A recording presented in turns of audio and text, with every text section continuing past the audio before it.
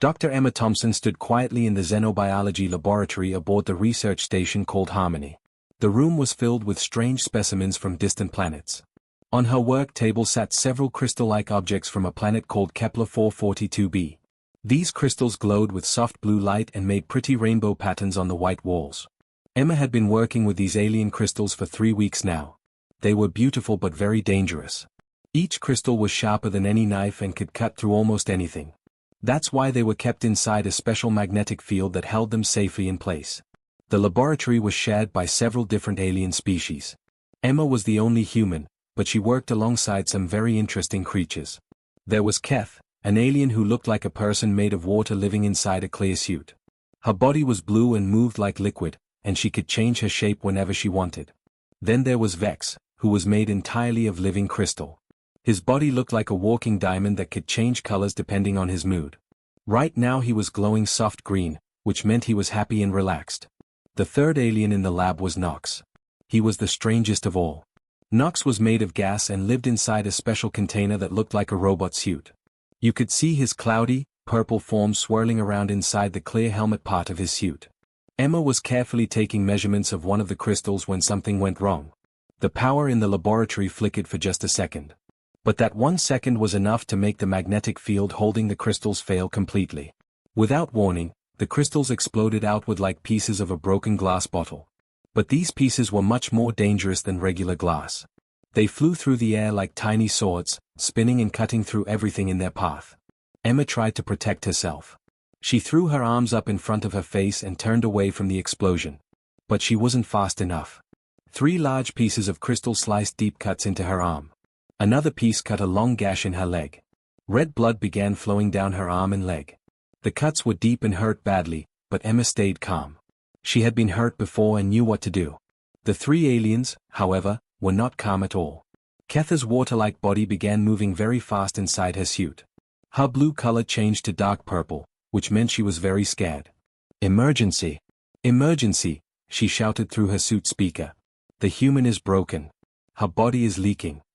Keth had never seen blood before. Her species didn't have blood.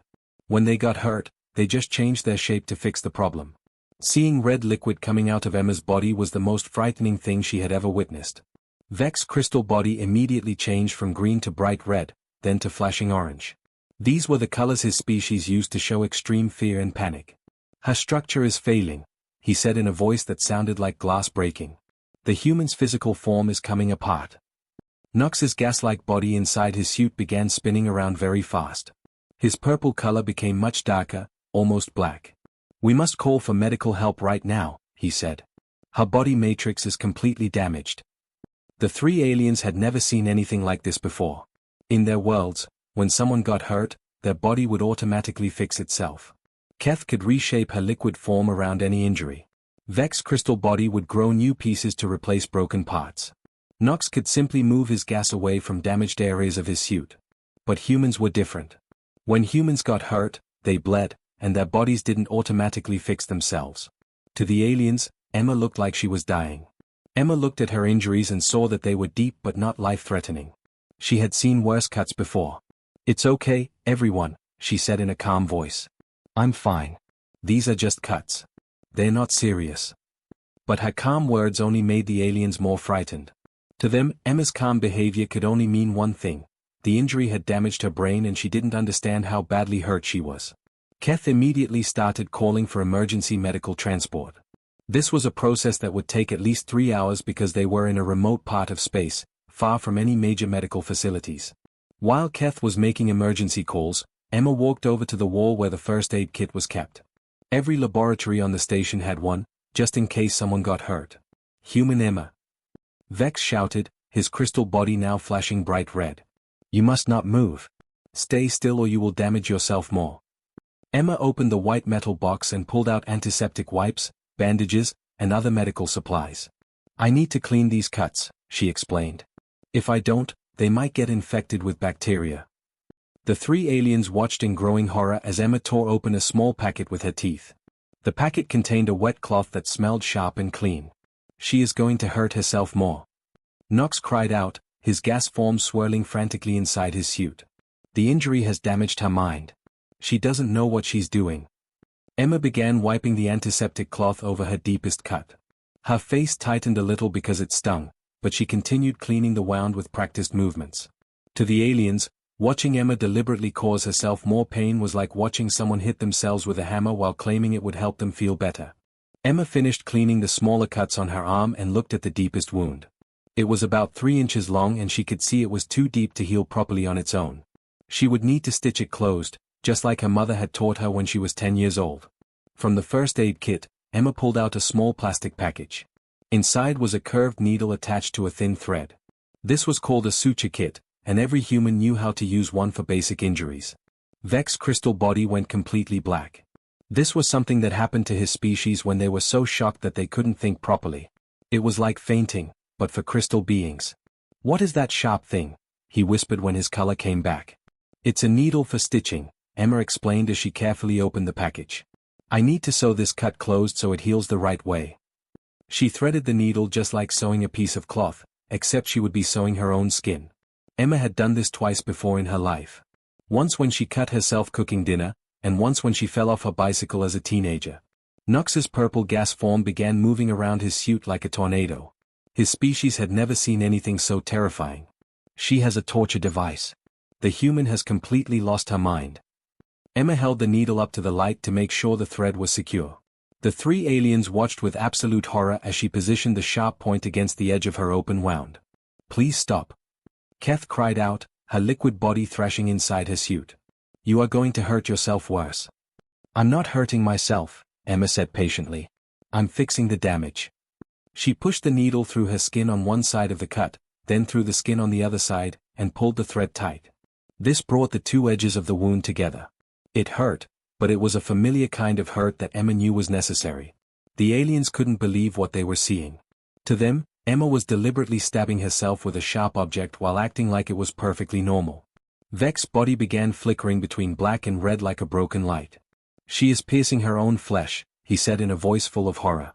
"She is making holes in her body on purpose." Emma made her second stitch, then her third.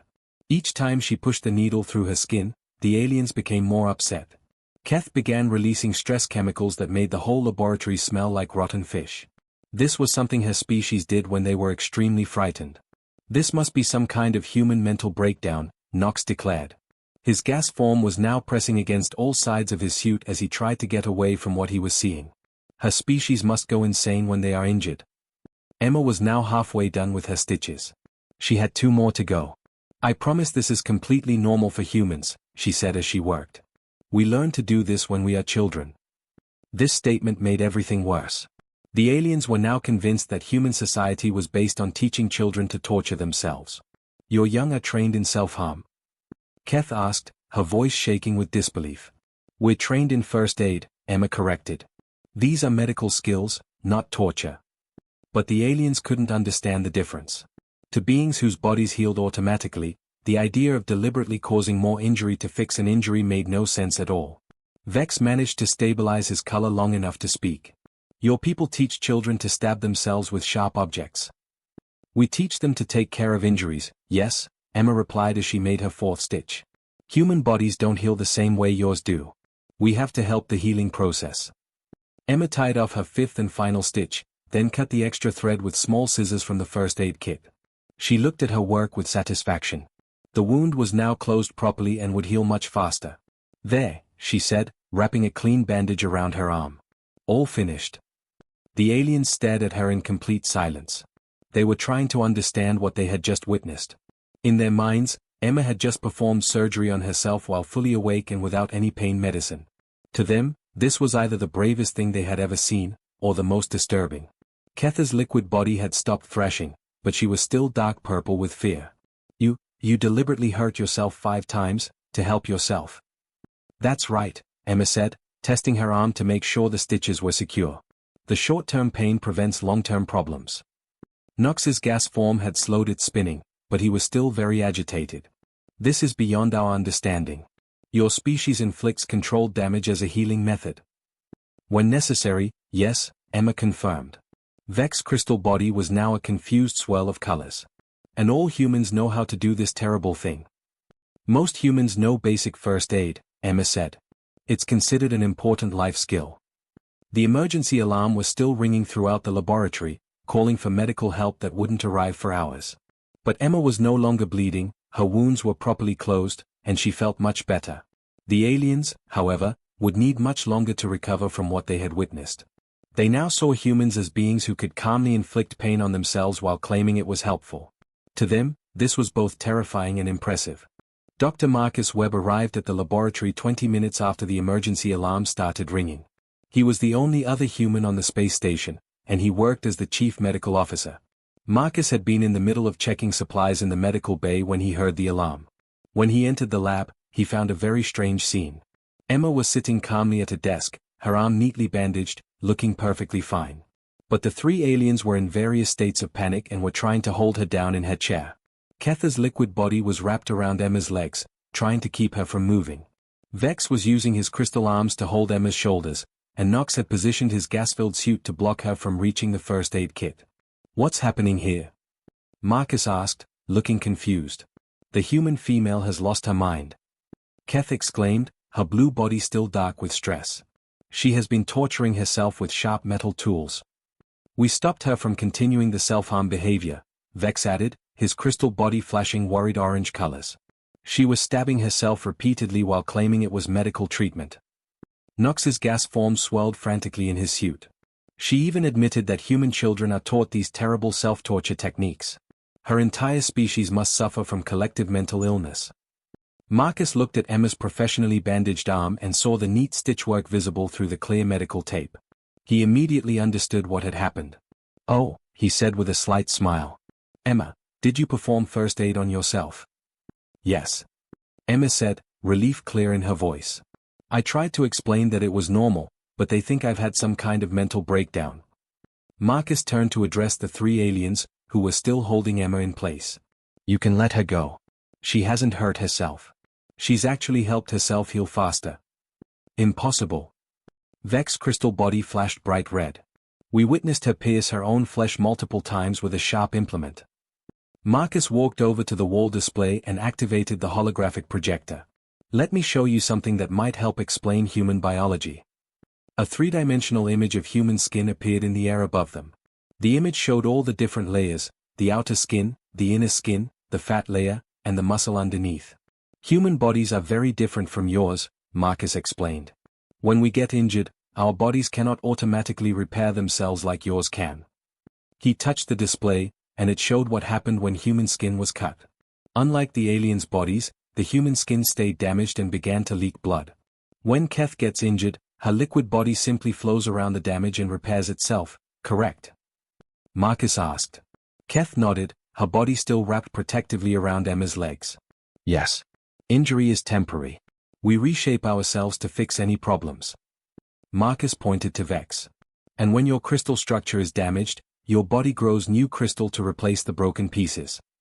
"That is correct," Vex confirmed. "Our molecular structure rebuilds automatically within hours." "And Nox, when your gaseous form is disrupted, you simply redistribute your essence until the damage is gone." "Yes," Nox replied, his purple form calming slightly. "Physical damage cannot permanently affect our kind." Marcus nodded and changed the display to show a human wound that was left untreated. The image showed how bacteria could enter the open cut and cause a serious infection that could spread throughout the entire body.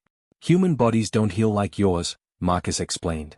"If we leave wounds open, tiny harmful organisms called bacteria can get inside and make us very sick. We can even die from infected wounds." The aliens watched with growing interest as the display showed how an untreated cut could become red, swollen, and filled with poison that could kill a human. "So humans developed ways to help their bodies heal," Marcus continued. He showed them how cleaning a wound removed the dangerous bacteria, and how stitching closed the cut prevented more bacteria from getting inside. "The pain Emma experienced was temporary and minor," Marcus explained. "Without treatment, her injury could have become life-threatening." Keth slowly released Emma's legs. "So the self-inflicted pain prevents greater pain later." "Exactly," Emma said, rubbing her legs where Keth had been holding them. "We call it necessary discomfort." Vex's crystal body began showing confused color patterns. "But how do you tolerate deliberately causing yourself pain? Does this not trigger your survival instincts to avoid harm?"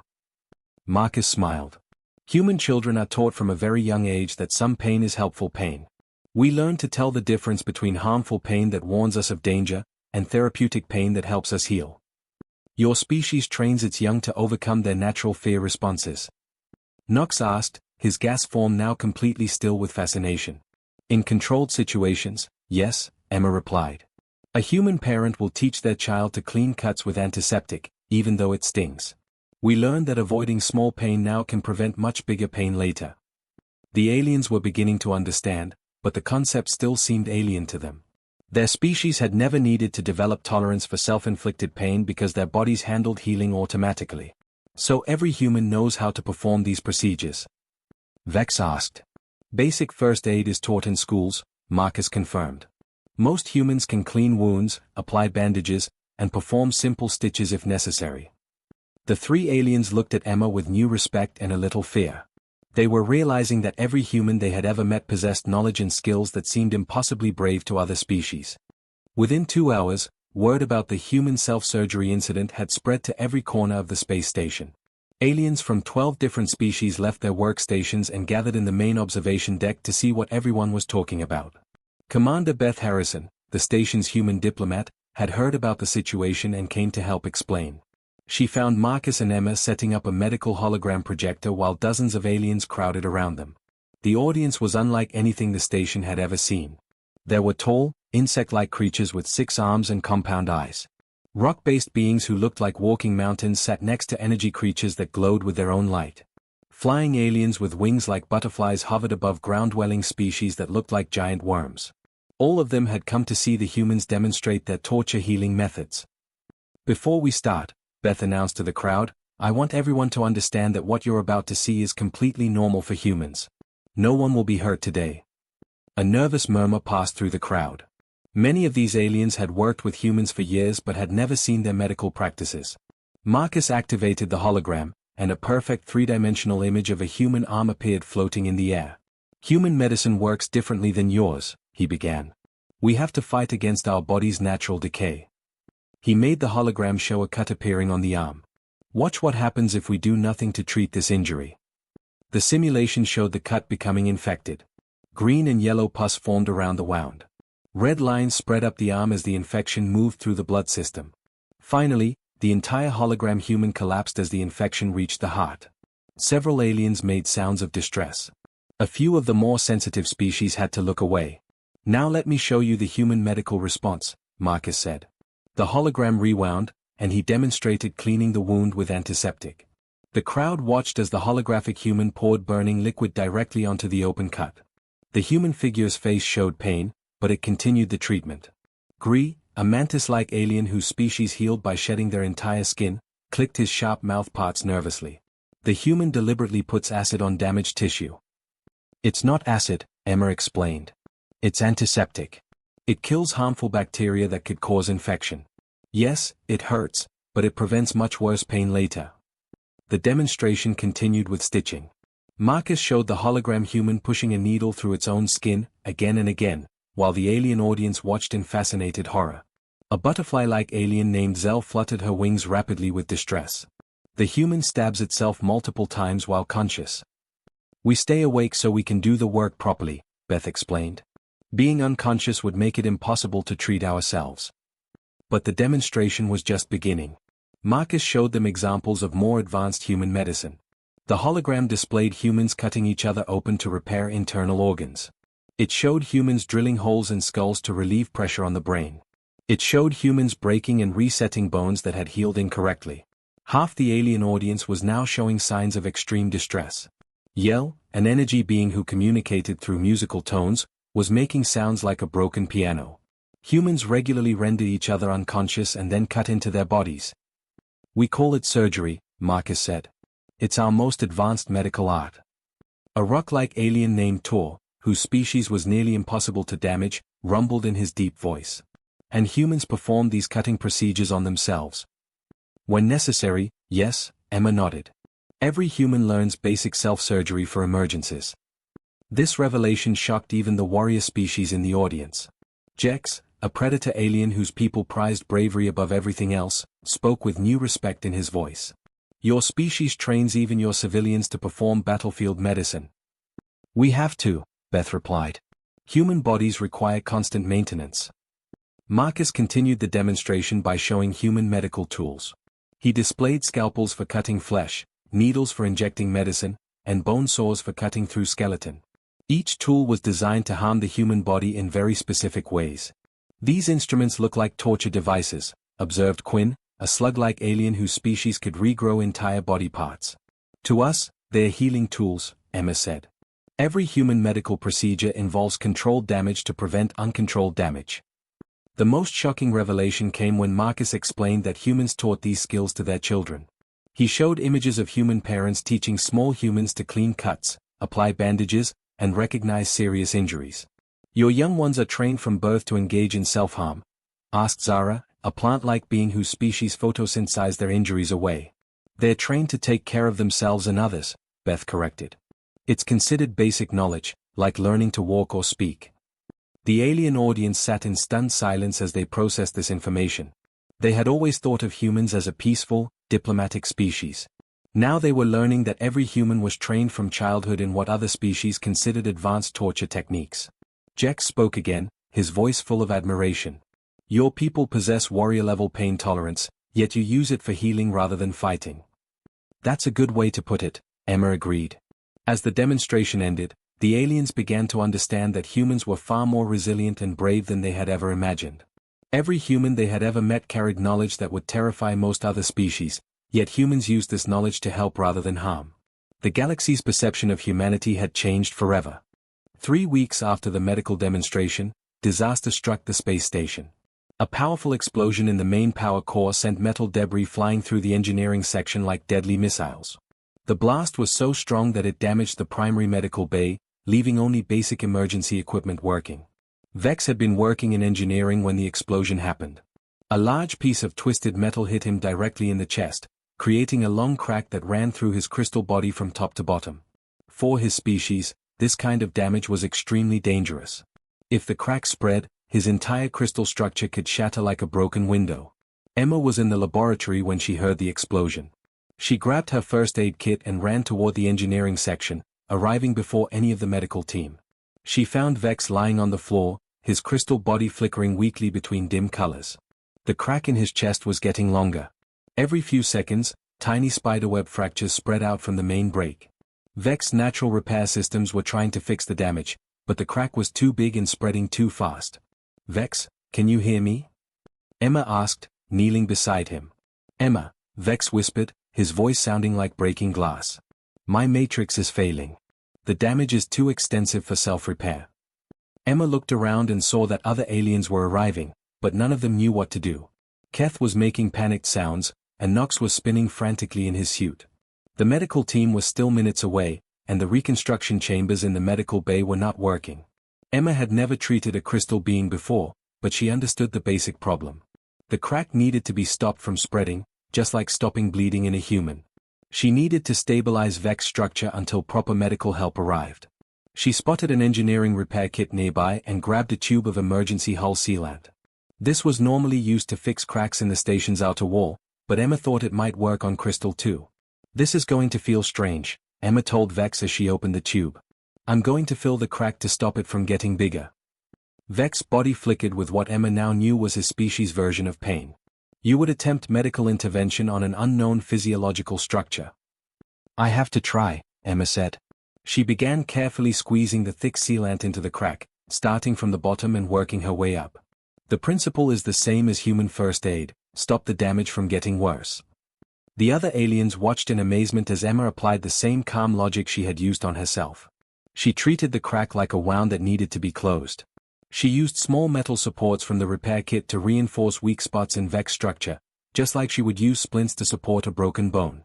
The human is performing medical procedures on a completely different species, Nox observed, his gas form unusually still. She's adapting her knowledge, Keth added, her liquid body showing colors of amazement rather than fear. Emma worked quickly but carefully. The crack stopped spreading as she filled it with sealant. She used the metal supports to take pressure off the weakest parts of Vex's crystal matrix. Within 30 minutes, his structure was stable. How do you feel? Emma asked. Vex's body began glowing with steady blue light, the first strong color he had shown since the accident. The structural integrity is holding. The propagation of damage has ceased. When Marcus arrived with the medical team, he examined Emma's emergency work with professional appreciation. Excellent field medicine, Emma. You probably saved his life. I just did what any human would do, Emma replied, but she noticed all the aliens looking at her with new respect. Any human would have the knowledge and courage to perform cross-species emergency medicine, asked Jex, who had arrived with the crowd of onlookers.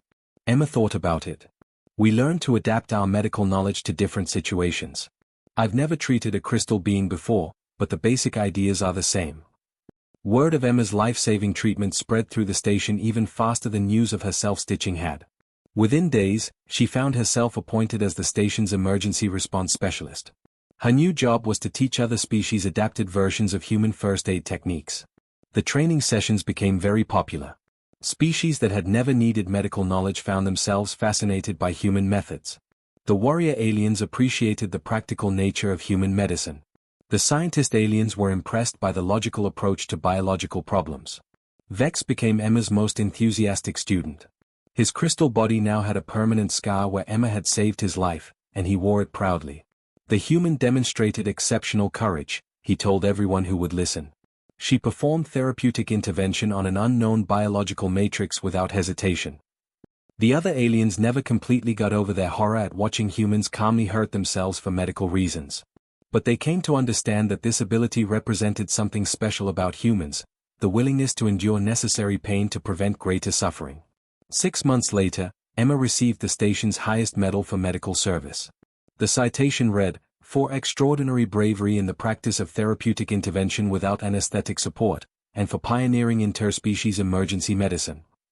Emma kept the medal on her desk next to her basic first aid certificate from Earth. It reminded her that sometimes the most ordinary skills could seem miraculous to those who had never needed them. The galaxy had learned something important about humans that day. They were not just peaceful diplomats and careful scientists.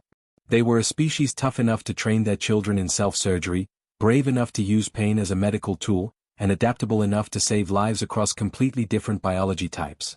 And somehow, knowing this made the entire universe feel safer.